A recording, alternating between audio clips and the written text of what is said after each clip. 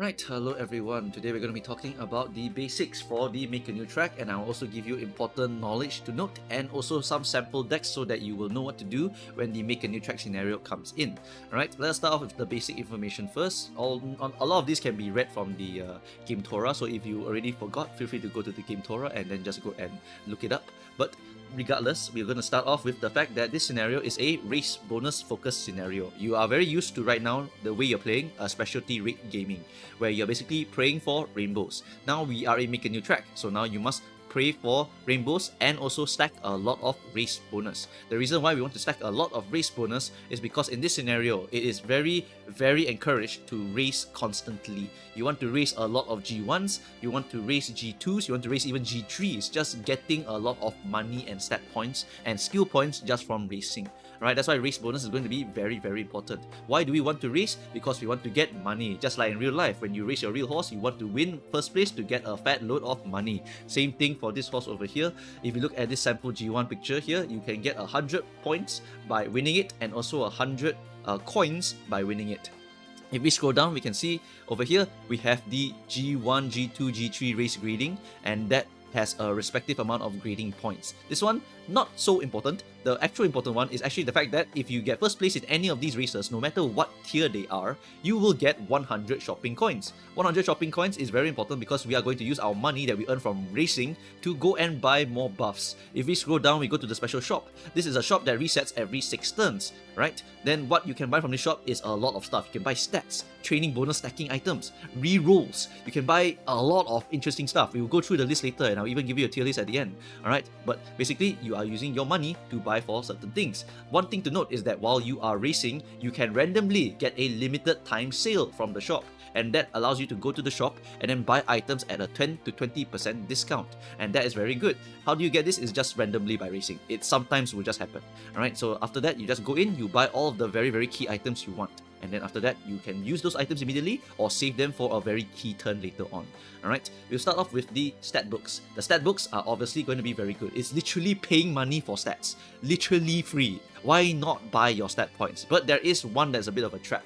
That is the basic book. The basic book is a 10 coster that gives you plus 3 wisdom, for example. But if you look at the second version, you have a bigger notepad that gives you 15 cost for plus 7 wisdom. So that's going to be more efficient, right, in terms of cost. If you go to the next one, we have a 30 cost for 15 wisdom. That's also good, right? That's also a good amount of value. So usually we don't buy the small books. But if you have extra coins, why not buy the small books? But early game, we try not to spend too much on these smaller books because we are saving for a lot of other items. Besides these books, there are even more insane items. So the books are good to buy, but they would be your last priority. You would actually prioritize something else, and that is energy. You can buy energy straight up from the shop in the form of energy drinks. 20 energy, 40 energy, 65 energy. You can don't sleep for 2 years training your Umamusume. You only make them drink energy drinks for the entirety of their existence in that scenario. That is what you can do in Umamusume. Straight up, hey, I want you to race 3 times, I buy you 1 energy drink, you chug the energy drink, you train 1 time, after that we race 3 more times. Repeat until the horse is OP. That is what you can do in the Make a New Track scenario. And there are some really good stuff over here. You also have the 70 cost vegetable juice. Vegetable juice gives you a full heal of energy, but the horse hates to drink it. But we have an offset button. We have the cupcake. 30 cost for a +1 motivation cupcake and 55 for a +2 motivation cupcake. Good for bad events when your Uma moods down herself, or for when you want to chug that vegetable juice. There's one called the maximum energy soda. You do not want to buy this one. This one is not very high value. You rather get the raw energy drinks. There's not really a big reason to max out your maximum energy because you're paying a lot of cost. You want to save that cost for other things, right? Moving on, we have bonds. Yes, you can straight up buy bonds for Yayoi, which is only for 10 cost. You just give her cat food, and after that, for the last one, you get the 40 cost all support barbecue. Now that one is really good. In fact, it incentivizes you to actually bond your cards evenly. You want to bond your cards evenly. So when you bond your cards evenly, what happens is that when you buy this barbecue, everyone increases by +5 flat. So that means that you do not want to overcap someone in the bond. You try to keep everyone at a good level so that you are able to get great benefits from this thing to make everyone rainbow at the exact same time at a good timing. right? So this one is a very, very good thing to buy early, and later on, useless. Don't buy it at all, right? Not required later on in the game. Same in the next section, the good condition items. Good condition items, charming early game, 150 costing mirror. Very, very expensive in the context of this scenario. It is very good early or when you haven't finished your bonds, because it's going to give you a fat load of plus bonuses to your bonds. Very, very good. Because in Make a New Track, we need to balance bonding and we need to balance racing. So having this charming early is extremely good. Rising Star and good practice, not so important. The most other important one is literally Fast Learner Hat. This Fast Learner Hat, 280 cost, extremely expensive. If it occurs early on in the race, you might straight up not be able to get it. You might have to forcefully race your horse multiple times to try to get the coins to force the horse into sharp status. But getting this early is very, very bad, but getting it mid-game or late game is very, very good, because you will have a huge amount of stored money from rationing out your coins, and you will save up just for this hat over here. So that's why we don't randomly spend our coins on like things like the +3 or Yayo's Bond. We are really saving those coins for an emergency fat shop where we want to buy a billion things, and we see this hat and then we're like, okay, forget it. The next 3 turns, we pray for no rainbows, we race, get 280 coins, buy this hat. This hat is very, very powerful.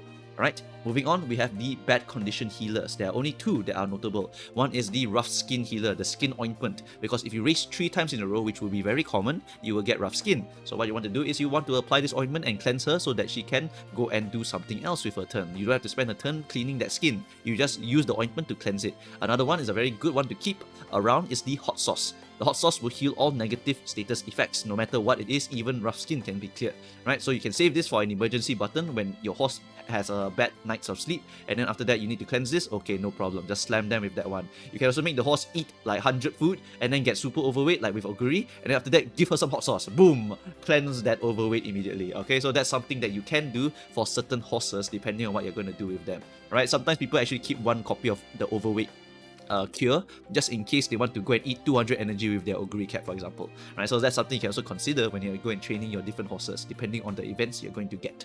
All right, after that we have the training facilities. These facilities, you basically buy the one for your build. If you're going for a guts-based build in Make a New Track, then go for the guts training level as much as possible. The other ones, not so important unless you brought something like wisdom cards also. Then you want to click wisdom, okay, then buff the wisdom training level. If you brought speed and wisdom cards but no guts cards, then don't buy guts. Only buy speed and wisdom. Only buy the one that you want to level up manually. It's 150 cost for each one, so this is not a cheap buy. Only buy if you are going to be clicking it. Do not randomly buy just for the sake of buying. It's going to be very, very expensive and you might miss out on very good opportunities later on. Of course, if you're very late in the run and you got nothing else to buy, why not, Yeah, but if it's early in the run or mid-game, don't buy, because rather save it for other things later on, right? The most OP item in this training facility level is actually the whistle. The whistle shuffles your support card distribution. Basically, if your summer has no rainbows, beep, 1 rainbow appear. Beep, maybe 2 rainbow appear. Beep, maybe no rainbow appear again. So you beep until you see your rainbows. Alright, so this is the power of this whistle. You can only hold up to 5 items, by the way. So you can hold these whistles all the way for the summer, and then you beep the whistle until the rainbow appear. If after the summer you still have some whistles, then you beep on any dead turns. If the turn is really bad and you just want to click a rainbow, try whistling. Maybe you can get something, right? So that's how it goes with this whistle. Very, very powerful item. Moving on, we have even more highly valuable, powerful items also. Not as strong as the whistle in my opinion, but still very, very important for this entire scenario. The reason why a guts build works on this scenario is because of the training bonus stacking. Training bonus stacking is working like this. You have megaphones. Megaphones are a separate stack. You can get training bonus 20% for 4 turns, 40% for 3 turns, or 60% for 2 turns. You usually want to stack up on the 40% and 60%, but you can pick up 1 or 2 20%ers in case you want to have an early rainbow click just to get a little bit of a bonus. It's not such a bad idea, alright? Then what happens later on is that there's also weights. Weights are sold at 50, and depending on what you're clicking, you will get more stat lines from it. You will get more speed training bonus, you will get more power training bonus, you will get more guts training bonus. Right? That is very, very good because you're buffing that specific stat line. But notice that there's no weight. You cannot put weights on your brain to go and train your brain. Sorry, that's not how it works. Right? So you basically can only stack up on the speed, on the power, on the guts, whatever the hell you want to train. And what you do is you blow the megaphone and you activate the thing that you want to train the most. So you want a lot of speed right now? Okay, we stack training bonus bonus plus speed bonus, boom! That is 110% training bonus plus whatever rainbows are stacking on top of that. That is how we are able to get a massive amount of stat lines. You can literally get 100 speed in one click, more than 100. You can go like 150 because it literally does not cap itself. It can be just a completely separate number. So there's one number on top, one number below. Both are completely separate. You can bottom can be 100, top can be 100. Straight up can get 200 stat points with this kind of build, right? So it's a very, very powerful thing, and is one of the reasons why Guts builds are so good, because you just stack this bonus and you get 1 million stat lines for everything that you want. Very, very powerful stuff. Right, moving on, we also have another OP item, which is the Charm. The Charm lets you train and there is 0% chance of failure.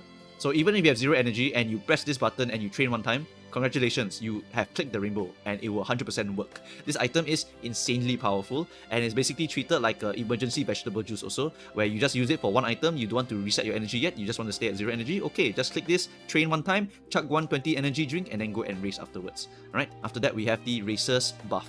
These are basically always buy except for the fan bonus, unless you are farming fans. If you are farming fans, feel free to buy the race fan bonus. But otherwise, what you're looking at here is going to be the racing shoe number 1 and racing shoe number 2. There's 20% race bonus and 35% race bonus. For this one, basically for the 20% race bonus, feel free to always buy it and always use it on any G1s or any G2s basically. Feel free to use this whenever you want. The 35%, however, you must save this one, you ration this out. Don't use this willy-nilly. Because what happens is that there are 3 final races, just like every other Ura and Aharu scenario, and these 3 final races you would want to have that 35% extra race bonus on them to give you even more stat lines. So always save 3 by the time you reach the end of the game. There are times where I reach the end and then I realize, oh shit, I only have 2 of them, then no choice must use 20%, which really sucks. So try your best to ration it throughout the run. You can use it for G1s, no problem, you will still get a bunch of stats from it, but you want to make sure at least have 3 saved up for the finals. So use this sparingly, alright? It's very important to hoard these and use the excess. Don't use the remaining 3 unless you are praying that a random shot will appear and it will give you the 35% that you're missing near the end of the run. Alright, so this one is up to you. Personally, I try not to use too much of it. I only go up, down to 2 at max. So I always save at least 2. The rest of them is optional. And when I'm closing near the end, I must save 3. I will never use the third one, because I've had some really bad runs where I really have not enough of these shoes to finish the run. For the race fan bonus, notably, right, besides for fan farming, if you are using Narita Top Road, you can actually buy this, because Narita Top Road scales off fans. So if you want to hit your fan count faster, you can actually use this race fan bonus to go and farm the the fans required to help to get your Narita Top Road to higher level of a training effectiveness bonus, which is also something to consider if you are using that card. If you're not using that card, forget it. This thing is completely worthless for you. Alright, next thing to note is that there are rivals. In this scenario, like Aharu has a special way to get hints, right? You click Fireball, you can get a hint. This one is called Rivals. So you will see a horse with a picture on it, and then you have a blue and pink border on it. Then you must fight. You go and prioritize fighting your rivals, because when you fight the rivals and you win, you must get first place, by the way. Like second place and then the rival third place does not count as a win, it counts as a draw. You must get a win against them. When you get a win against them, you get 1 random skill hint related to the distance of the race or the strategy you use in it. It is based on the strategy you used. It is not based on what aptitude you have. It is based on whether you played as an end closer, a late surger, a pace chaser, or a front runner. So take note of that, because you could randomly get straightaway spurt for fighting a rival. It can happen. It has happened. So take note of that. That is one of the ways you can try to grind for straightaway spurt without really hardcore grinding for straightaway spurt. Right, that's an example. Okay, so yeah, any other relevant stuff, feel free to go and add them on, like dodging danger, position, blah blah blah blah blah. All are relevant. Make sure you run in the position that you're going to be training the horse in for CM when fighting a rival. Right, moving on. We have the final 3 races for Twinkle Star Climax. All you need to know is that the final 3 races are basically a score-based system. You do not need to win all of them. You just need to get the highest score. As long as you get the highest score, you win the entire scenario. You want to, however, still win them. Ignore this mechanic ultimately. Just try to win all of them. Why do you want to win all of them? Is because you want to get that fat 35% horseshoe race bonus and get 1 million stat lines from the ending of the Make a New Track scenario. It is very, very important to try to get as many of those as possible. Of course, if you don't get it, never mind. You can just go next if you want. It doesn't really impact the overall flow of the run, and you're at the end anyway. Like restarting the whole run just because of this is like crazy. So just go to the end, accept your L, and then after that see what stat lines you get. Alright, so yeah, take note of that. In addition, you also get a gold skill for this one called the first star. The gold skill for the first star gives you a past the mid leg speed, acceleration, and stamina recovery. And it's based on the races that you've won inside of this scenario. For acceleration, it goes up to 0.3, special scaling goes up to 0.25, and then the recovery is 0.035. But it can go higher. That's the base value. Sorry, not the maximum. It's the base value, right? So the more races you win, the more speed, the more excel, the more recovery you get. Do you want to really high priority buy this? Not really. For team trials, sure, why not? But it's actually quite expensive compared to other goal skills like vision skills and position skills. So if you are team trials maxing, you may not want to buy this, but this is a perfectly fine skill to buy for goals, right? One thing to note for CM for this one is that basically is most of the time going to be a target speed and a stamina recovery, so that is something to take note of. But other than that, the cost of it means that you are probably better off buying another skill that's more cheaper and more specific to that CM, right? Like, or let's say there's corner recovery, or sorry, there's a corner, so you want to get Professor of Curvature, for example, to maybe potentially speed carry over, or speed start 30% chance to speed carry over, or something like that, then feel free to prioritize those over this one over here. It's just based on the cost. It's just based on cost. Just buy the most cost efficient skills. Remember, in Make a New Track, you have a billion skill points. So since you have a billion skill points, all you need to really do is just know what skills you need to buy. Alright, first star is not a high priority one, but it's certainly an okay one to buy, not a problem. Alright, moving on, we have basically the last section here, which is a very, very important section. Is going to be about the racing itself. The thing about when you're racing this scenario is that you will not be able to do any more secret events. And not able to do secret events means good and bad things for certain horses. Alright, that's one of the bad things about Make a New Track, is that, for example, Runaway is completely deleted from the game. You can only get Runaway if you clear a specific race with Suzuka. And since that race no longer has the racing requirement available in Make a New Track, you are deleted. So that's what happens in Make a New Track. They just delete Runaway from existence. So there is no more Runaway during this period of time, right? Other than that, there are also some bad stuff that get deleted. For example, when you look at Meisho Doto, she has a goof up trait where if she races in a race, she will lose energy. That is also deleted. Narita Taishin, she gets embolism where she gets a very, very bad mood. Also deleted. Go-Ship, when she does 2 Takarazuka Kinen, she can get a late start. Also deleted. Mayano, Shapeshifter, deleted. Everything that has to do with a secret event, head-on, farming, whatever, all just gone. Just like that. Taiki Shuttle, also no Mal whatever skills, and also no medium skills, and also no head-on skill at all. Just nothing at all. Everything just gets freaking deleted during this scenario over here. So just take note of that. It is both a good thing for some horses and a bad thing for some horses. Alright, then the last one to talk about is probably just the climax scenario factor. That factor is the scenario factor. It is basically like the Ura Spark or the Alharu Spark. This spark gives you stamina and guts. Extremely powerful spark. Notably, in Make a New Track, you can just print parents easily. You will race 1 million times, you have so much compatibility, and you have so many scenario factors and so many sparks from all of the hints that you're buying and all the extra skill points that you're getting, that by the end of the scenario, you will just be an insanely strong parent by the end. Alright, just based on your blue and pink rolls already at that point. Right? So what I would recommend for people is that in this scenario, it is 1 hour long. It is legit 1 hour long. So just make aces for those of you who are more casual like me.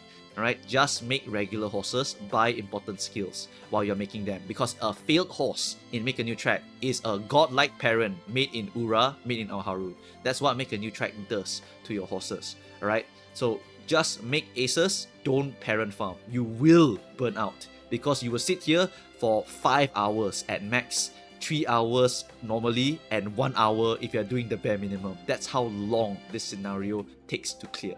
Alright, just letting you guys know about this early on. Alright, so that is one thing to take note of for this scenario and for parent farming and for the race specific stuff. Alright, another thing that is actually very, very important for this scenario that you should note is actually the fact that any horse that cannot race mile is a much worse horse than any other horse that can race mile. This is due to the schedules available for the Make a New Track scenario. In the schedules, you will notice that those who can do mile will be able to do something like 7 or 8 races, while those who do not have mile at all will literally only do 2 races in the first year. That is really bad to helping you to snowball the entire run. This is very, very important because you need to get an accumulated amount of coins early on and then you snowball by buying all the items later on and carrying over those coins later on, so that when the shop appears or any of the other very important things that you need to buy appear, then you can spend all that excess money to go and buy. So horses without Mile are notably very, very cooked. And for those who still want to keep training horses that have Mile, who do not have Mile, like for example Manhattan Cafe or your MooMooCows, then what you need to do is you actually need to pump their Mile into C rank at least.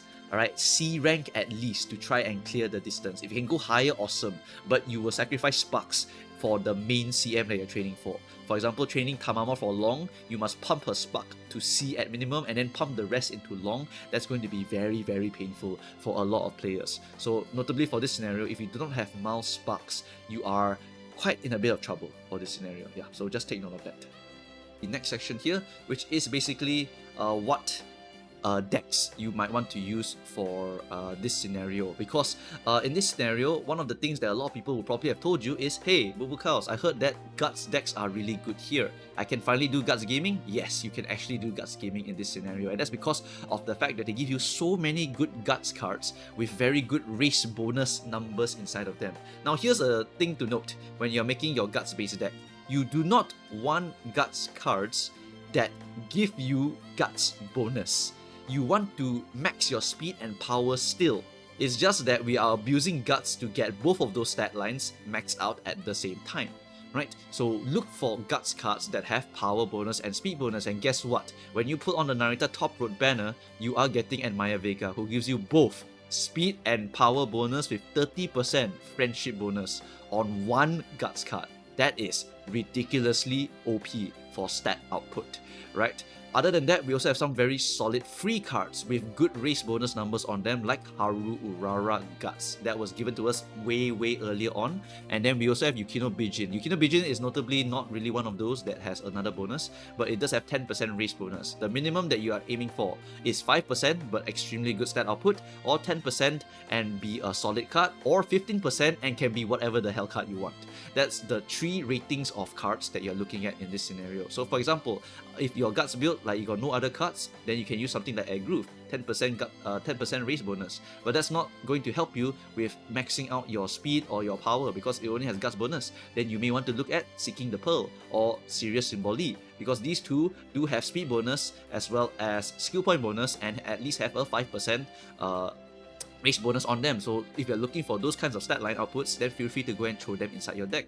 Notably, some SSRs are also extremely powerful for this scenario, such as SSR Ines Fujin Guts. Insane amounts of stat output, and this card also gives you a bonus into your speed. Very valuable card for sure for this scenario, right? Other than that, there are also some very other solid ones like Bamboo Memory Guts, as well as Ikuno Dictus Guts. These are all some very solid cards with a lot of race bonus on them, but there are plenty of replacements, as you can see here. So you do not need to purposely go out of your way to pull any one of these to go and do it for the Guts build, alright? The SRs are more than sufficient to get you a very powerful horse already, right? Then what about the last 2 slots, since I'm running 4 Guts because I'm trying to get my multiplicative rainbows, right? Well, your last 2 slots usually is either race bonus stat sticks, literally only here for race bonus, or you can just put wit cards to hunt down for specific skills. Usually you try to find a wit card with very good race bonus as well. Thankfully, a lot of the wit cards tend to have very good race bonus on them, right? For example, let's say you're still playing Frontrunner, then you want to get Golden taking the lead. Why not slot in your Mihono Bourbon just to put that +1 Golden lead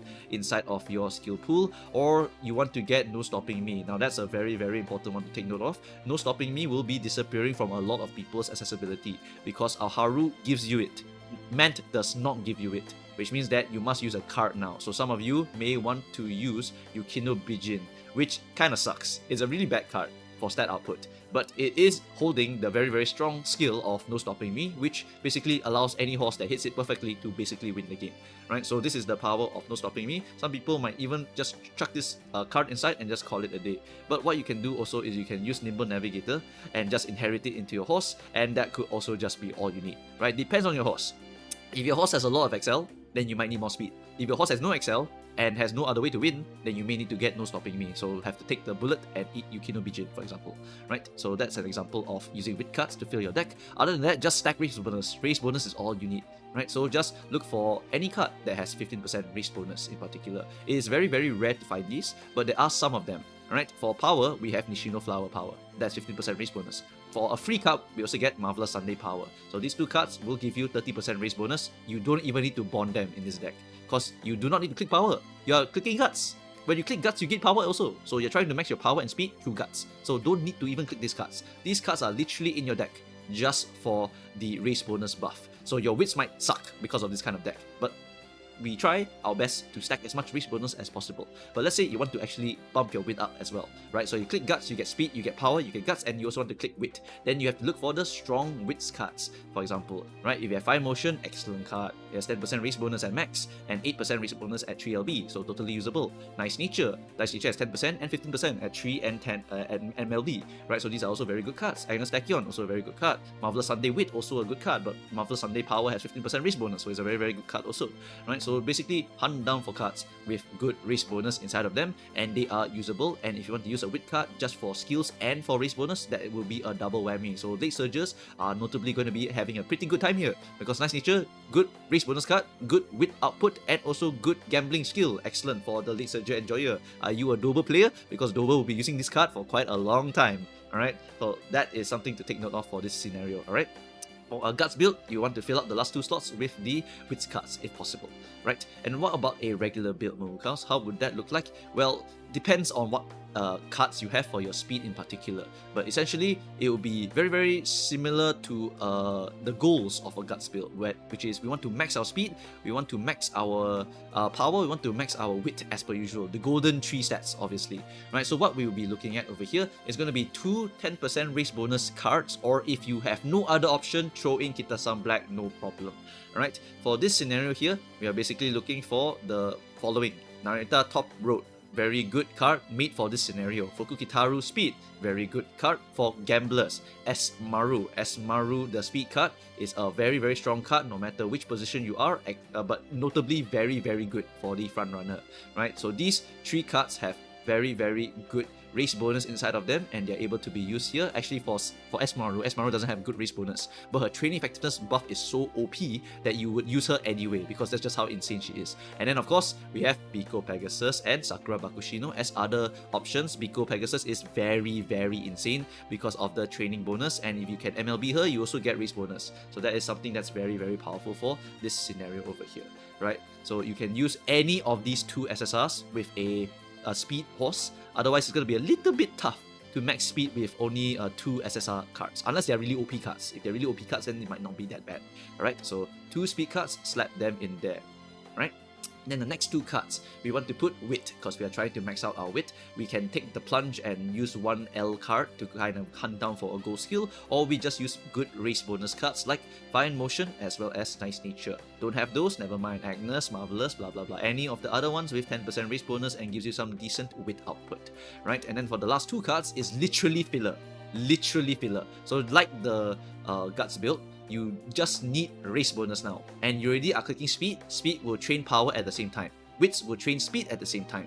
And then stamina and guts, you just need to get the bare minimum. Use the sparks to go and get that. If you are going for a longer CM, slap in a super quick. Otherwise, the rest of your deck is going to just be race bonus stat sticks. Right? For race bonus stat sticks, just use the 2 that I mentioned before, Nishino Flower and Marvelous Sunday Power, which is basically given for free. But what if I don't have that? Never mind. I'm sure a lot of you are going to be pulling for Admire Vega, because everyone has told you about Admire Vega. So everyone will have Admire Vega plus Marvelous Sunday for another 30% race bonus. Add that with your current deck and look at that. That's a very, very powerful deck that allows you to max out a lot of your stat lines, and you will easily print out UG horses in your run as long as you can get a snowball run. Alright, so that part you will have to basically learn yourself. For debuffers, they are basically built the exact same, except that you can probably do them in a Haru because it's faster. For debuffers, since you don't care about stat lines at all, you can just go to a Haru and just do the exact same thing that you would do all the time, so debuffers are totally fine. For every single ace horse, however, you would make them into make a new track. For debuffer, because you want to make it faster, just go a Haru, it's fine. Yep, so that's pretty much it for this entire deck options for you guys. I'm just giving you some options obviously. If you have other cards that you may want to suggest, feel free to comment them down below or ask me on the streams, and I'll try my best to advise you on which one you want to pull for and blah blah blah. One of the most popular questions that people keep asking me is Narita Top Road versus Fuku Kitaru, right? For Fuku Kitaru, it is a very high rolling card. If you look at Fuku Kitaru's stat lines, right, that card is basically a card that gives you a bunch of stats, which is very good. You love to have initial stat output in this game because you're trying not to click them. And then after that, what you do is you just pray that this card lands where you want it to land. If you notice, it has no specialty priority at all. It's literally a friendship card. You are using it in Mant because it gives you 150 stats, which is amazing in Mant. And then after that, you are praying that this card appears as a rainbow or appears as a helper card on the fat clicks that you're looking for. Some runs can just be horrendous with this card. Some runs can be very good with this card, and some runs, most of the time, are going to just be okay runs. And I don't want to add any more RNG to my grinding of my horses. Mant is 1 hour, so I don't want to make my grind again and again and again. I want to hit with 3 rentals or I'm out. So Narita Top Road will be the one that I highly recommend for you. Narita Top Road is just a damn solid card for this scenario with a unique effect that really works with Mant, which is basically scaling up with fans. The more fans you get, the more training effectiveness you get. You also have 10% race bonus and 1 power bonus and 30% friendship bonus with a 35 specialty rate. This card is very powerful, gives you fat clicks whenever you click her, right? Because you're doing a lot of races anyway, you will get a lot of fan bonus. So that is why Narita Top Road is my recommendation. But the downside is that this card is straight up not usable in Grand Life or Grandmaster anymore. After the scenario, this card is completely worthless. So just take note of that for the Narita Top Road over here. Alright, for Fuku Titaru, it is still usable afterwards if you enjoy gambling. Notably, in Grand Life, Grandmaster, it's less long. It will maybe be like 30-40 minutes already if you are very used to the scenario. While Mant is 1 hour, guaranteed. You can somehow do 45 minutes, it's basically you are a speedrunner god. Alright, but it's generally for a lot of people just 1 hour because you have to think a lot about the scenario. Right, so yeah, that's pretty much my reasoning for these two. I always recommend people Narita Top Road first because you will burn out.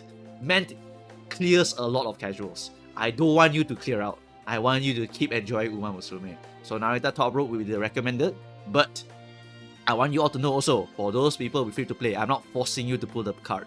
Because if you noticed just now, that Guts build was super F2P. This scenario is very F2P friendly.